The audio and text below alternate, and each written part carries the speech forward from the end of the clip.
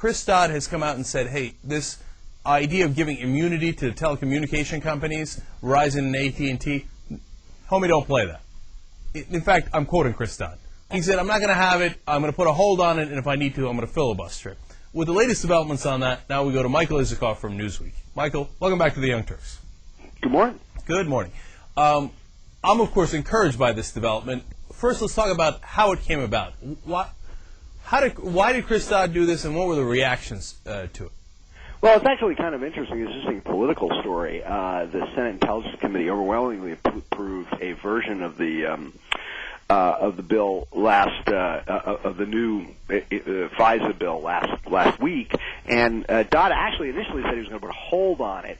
Then a lot of the liberal activist groups, MoveOn.org, some of the liberal bloggers, Daily Kos, Fire Dog Lake, some of the others, picked up on this, went to him. He then sort of put out a more aggressive statement saying he was not only going to put a hold on it, but he was going to filibuster it. And then all the Move On crowd sort of, jumped up on that and said, hey, where's everybody else on this? Particularly after Harry Reid, when he was asked, gave some comments suggesting we have to move this bill, that he wasn't going to necessarily respect Dodd's hold.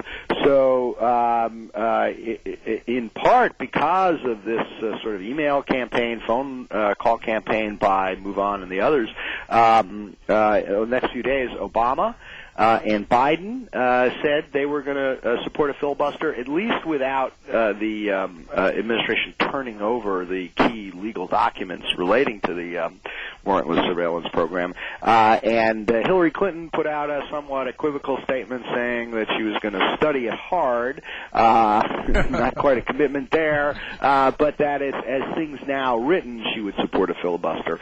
So this has created quite a problem for the Senate leadership, for Reid, because they did want to move this bill, and even larger for the telecoms and the White House. The White House has said they'll veto, the president will veto a bill that doesn't have telecom immunity. And what this is all about, of course, we've talked about this before, is the telecommunications companies are being sued. There's more than 40 lawsuits pending right now for turning over personal customer private data to the government without a court order under the warrantless surveillance activities that began after 9/11, ordered outside the scope of FISA, large-scale monitoring of phone calls and emails by American citizens who were talking to suspected terrorists overseas. Or they claim that. Or who they claim were overseas. We don't really know the full extent of the program. We don't know how many people were monitored. This is one of the big mysteries of this entire administration. How far did they go in this secret activity in monitoring phone calls and emails? So, we're at loggerheads here. This is shaping up as an interesting both, political and national security issue.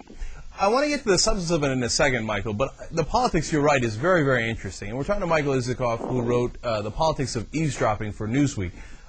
Michael, it's interesting because Harry Reid says, oh, my God, now I got a problem on my hands because the Democratic candidates are running for office, so they have to appeal to our voters, and they're going to go ahead and filibuster this thing that I want to move along and some of the other Democratic senators move along. Doesn't it occur to Harry Reid that, wait a minute, they're trying to appeal to your voters, so that might be something that you should be doing too? Why does he view that as a negative rather than a positive? Shouldn't he be looking at that and going, hey, maybe my voters don't want me to give immunity to people who broke the law. Maybe I should listen to that. Instead, he seems discouraged by his own voters. Well, you got a lot of complex factors here. For one, you had the bill overwhelmingly passed by the Senate Intelligence Committee. Chairman Jay Rockefeller, Democrat. Democrats, by and large, except for two, Feingold and Wyden, supported the bill.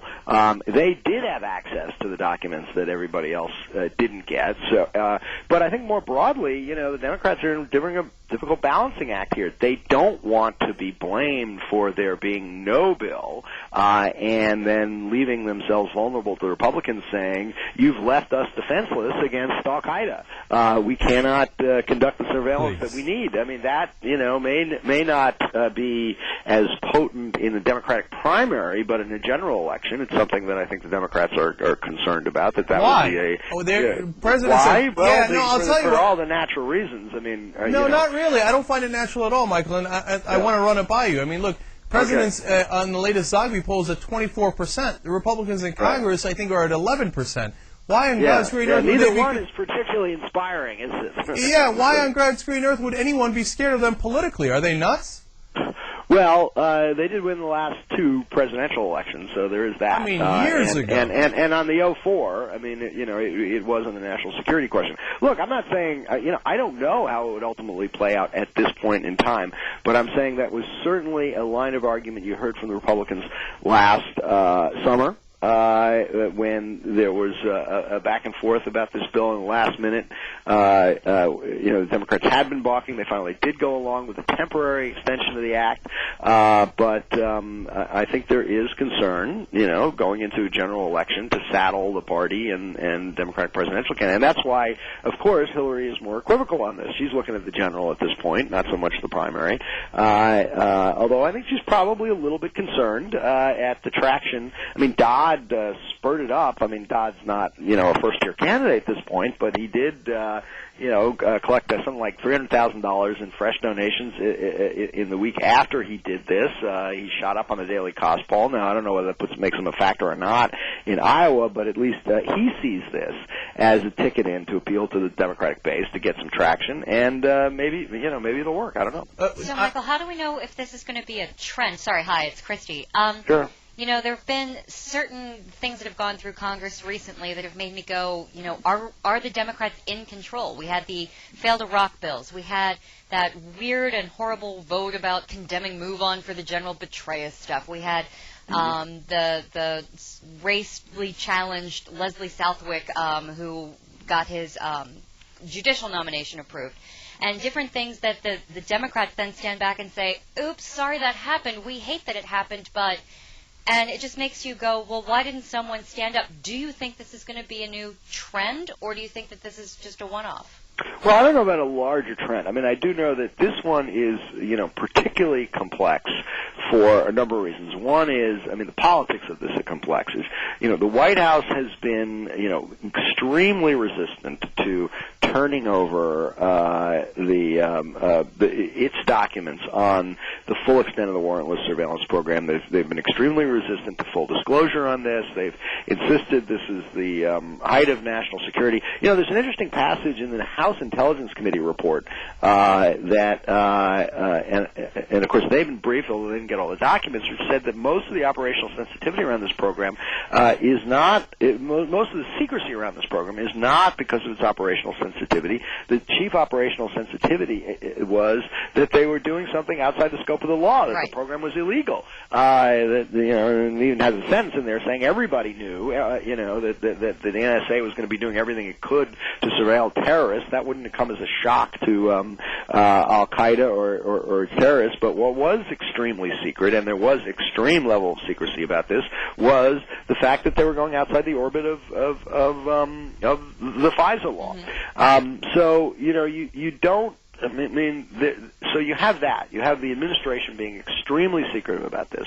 You have, secondly, I think, a more emboldened Democratic left that's fighting back on this, and people who see this telecom immunity thing as being a real red flag. It's a pretty sweeping provision they're asking for, retroactive immunity that would effectively wipe out existing lawsuits that are now pending, and that's a bit unusual. Whenever you see that, a number of groups, Electronic Frontier Foundation and others, have gotten pretty far up to the Court of Appeals in prevailing, at least in having this lawsuit go forward. We're waiting for a Ninth Circuit Court of Appeal opinion, and the telecom's fighting back, saying, "Yeah, we're worried we're going to lose at the court, so we'll go to Congress to wipe out these lawsuits." And, of course, those lawsuits may be the only vehicle for the public to ever learn the full extent of what was going on here. Michael, it's an extraordinary situation that we have, and we keep having extraordinary situations in this Bush administration, but where one political party seems to be going out of its way to help the other one. Where the Democrats are, saying, "Oh, please, please, please, let me fall over myself trying to help the Bush administration get this immunity they need," because really the immunity isn't about the lawsuits. When you get the lawsuits, then you find out if the laws were really broken or not. So this really goes back to the Bush administration and whether they broke the law or not. It's not about AT&T and Verizon for the Bush administration nearly as it is as much about themselves. So that leads me to my question of why don't the Democrats just say, hey, listen, we got one specific problem in the FISA bill, and that's foreign-to-foreign communications. I'm going to fix that. Here's the bill to fix it. If you want to veto it, you veto it, and you're putting all of us in danger, and it's on your head. Anything else is completely superfluous and has nothing to do with the merits of. Well, don't underestimate the power of the telecoms. I mean, they are enormously influential factors on Capitol Hill. They donate large amounts of money. You saw the story the other day about the two Rockefeller fundraisers that were that Verizon held for him. Now, whether you can buy Jay Rockefeller, you'd think he'd have enough money on his own; he wouldn't need it. But they are major source of campaign donations. This is a bipartisan thing. We did the story. I think we talked about this about 3 or 4 weeks ago about the telecom lobbying campaign. It's a bipartisan thing. You got prominent Democrats who are lobbying on behalf of the telecoms as well as Republicans. They're influential factors, and they're saying, we're facing the potential of multi-million-dollar liabilities issues here for us. This is a big deal for us, and we can't commit to cooperating with the government when we're facing this kind of litigation threat. So, whether that's an appealing argument to you, I'm just saying to those politicians, Democrats and Republicans who depend on these guys for large campaign contributions, it gets their ear. Let me ask you no one question about it. Yeah, I understand that. You're right. There's definitely no question about it. That's one of the reasons the Democrats are looking to work with the telecoms and the Bush administration on this. Some of them are, but obviously some of them aren't, like Chris Dodd. So that's my final question to you, Michael. And we're talking to Michael Isikoff of Newsweek. He wrote The Politics of Eavesdropping on Newsweek.com. You can check it out. So, Michael, Chris Dodd seems to have put himself on the map here. Whereas before, you'd say, well, does he really have a leg to stand on? Is there really an argument to be made that Chris Dodd can win the primaries? Now at least he has the bloggers behind him. He has Move On behind him. He's energized, I know, our audience and many others. All of a sudden, it's Chris Dodd in the ballgame, and has he done something here that's quite smart politically? Well, I think for his campaign, he probably has. He's at least got himself on the map. He's got people talking about him, which people weren't a month or two ago. Whether it's enough to propel him into the first ranks of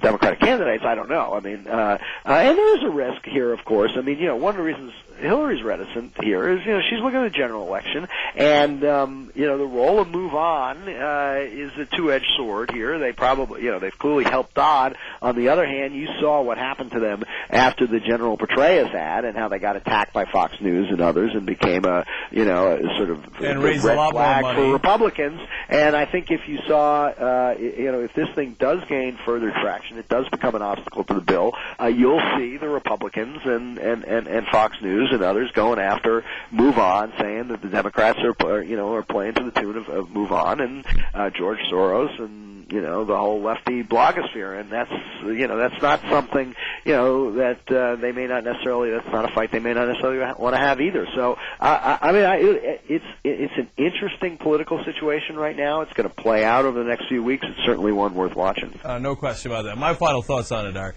hey, you know what? Move On is fighting. God bless. I mean, the Republicans are going to attack. They attack no matter what. They always attack. Yeah. So if Democrats are still worried about Republican attacks, they're never going to get anywhere. Because I can't imagine a scenario where the Republicans go, oh, you know what? Oh, maybe we shouldn't attack them. Maybe we should just let them go.